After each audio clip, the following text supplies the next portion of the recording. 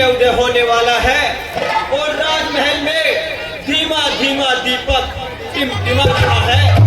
चारों ओर निराशा का अंधकार छा रहा है। यह तो महाराज पृथ्वी पर पड़े हुए बिलबिला रहे हैं और राम ही राम की रट लगा रहे हैं। महाराज महाराज बोलिए तो सही, आपको क्या कष्ट हुआ है महाराज? महाराज हे महाराज बोलिए तो सही, आपका आपसे पूछ रहा है महाराज।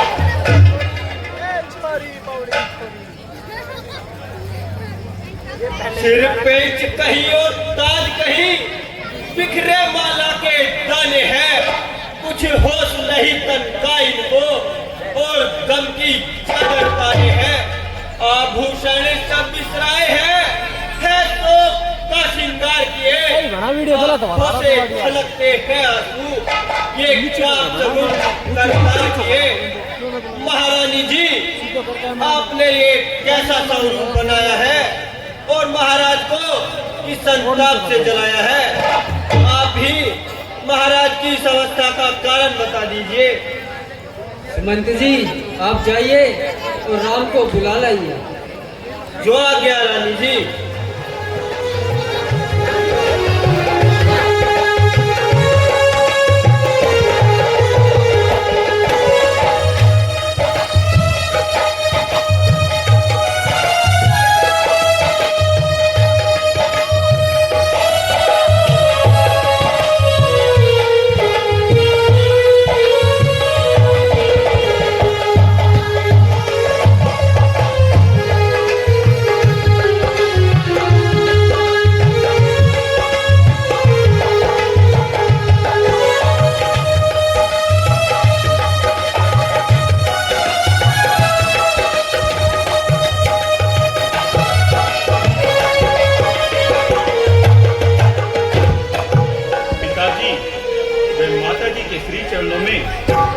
परिणाम स्वीकार चिरंजीव रहो बेटा।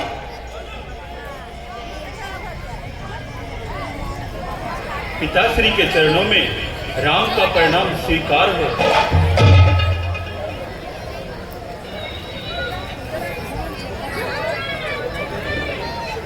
क्या बात है, पिताश्री तो आज कुछ बोलते ही नहीं। पहले जब भी मैं महलों में आया करता था तो पिताश्री इस संसार के सभी दुखों को भुलाकर बस दौड़कर मेरे समीप आया करते थे। परंतु यह आज कैसी विडंबना कि पिताश्री बेसुध होकर मेरी तरफ देख भी नहीं रहे। हे पिताश्री,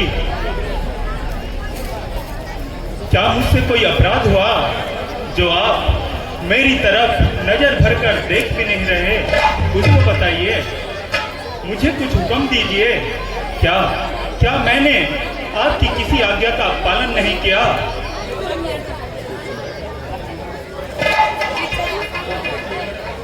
क्या हुक्म है मुझे, आप आज्ञा करो।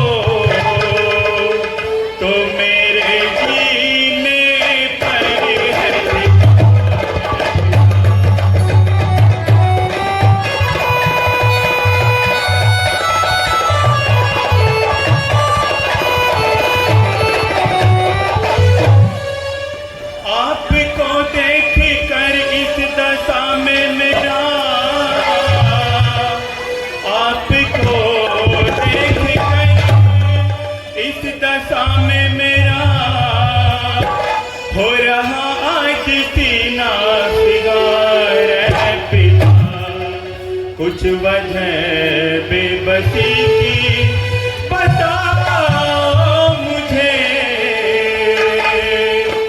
पूछता आपसे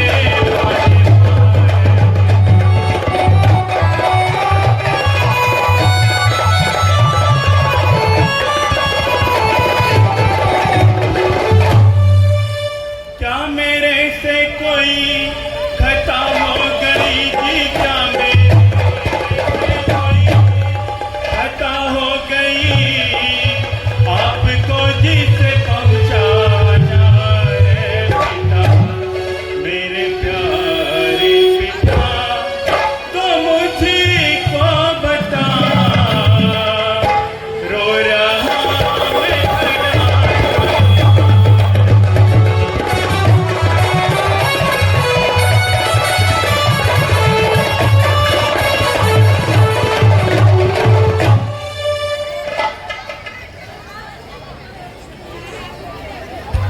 मैं पिताश्री, कुछ तो बोलिए पिताश्री।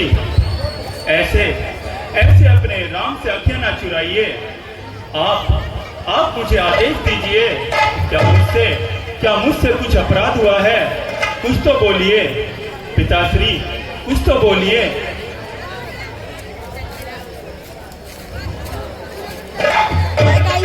पिताश्री तो कुछ बोलते ही नहीं। कहूँ मोहि मात तात दुख हारणे, हरि यतन देहि होए निवारणे।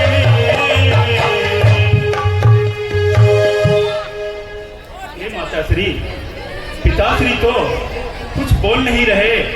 आप ही मुझे पिताश्री के दुख का कारण बता दीजिए, ताकि इनके दुख के कारण को जानकर मैं इनके कष्टों को दूर कर सकूं। बेटा, किसी समय मैंने महाराज से 2 वरदान पाए थे, जो शुभ अवसर आने पर मैंने अपने में 2 वरदान मांग लिए। पहले वरदान में भरत को अयोध्या का राज्य और दूसरे वरदान में तुम्हारे लिए 14 वर्ष का वनवास। बस यही बात है बेटा। और महाराज व्याकुल हो रहे हैं, अधीर हो रहे हैं। बस माता जी, क्या केवल इतनी भी बात के कारण? हाँ बेटा। सुनी जननी सोही सुती पर भागी, तो फिर तुम्हारी वचन अनुरागी। हे माता, वह पुत्र इस संसार में सबसे ज्यादा बड़भागी होता है जो कि अपने माता पिता के वचनों पर न्यौछावर हो जाए। हे पिताश्री, क्या केवल इतनी सी बात के द्वारा ही आपकी यह अवस्था? क्या आपका राम पर से विश्वास उठ गया पिताश्री? हे पिताश्री, मेरे शरीर का एक एक अंग आपके शरीर में चढ़ जाए, मेरी इस खाल की जूतियां बनकर आपके श्री चरणों में हो जाए। पिता के वास्ते नीलाम सर जो सरेबा जार में होगा, तो मुझसे ज्यादा बड़भागी कौन इस संसार में होगा, कौन इस संसार में होगा।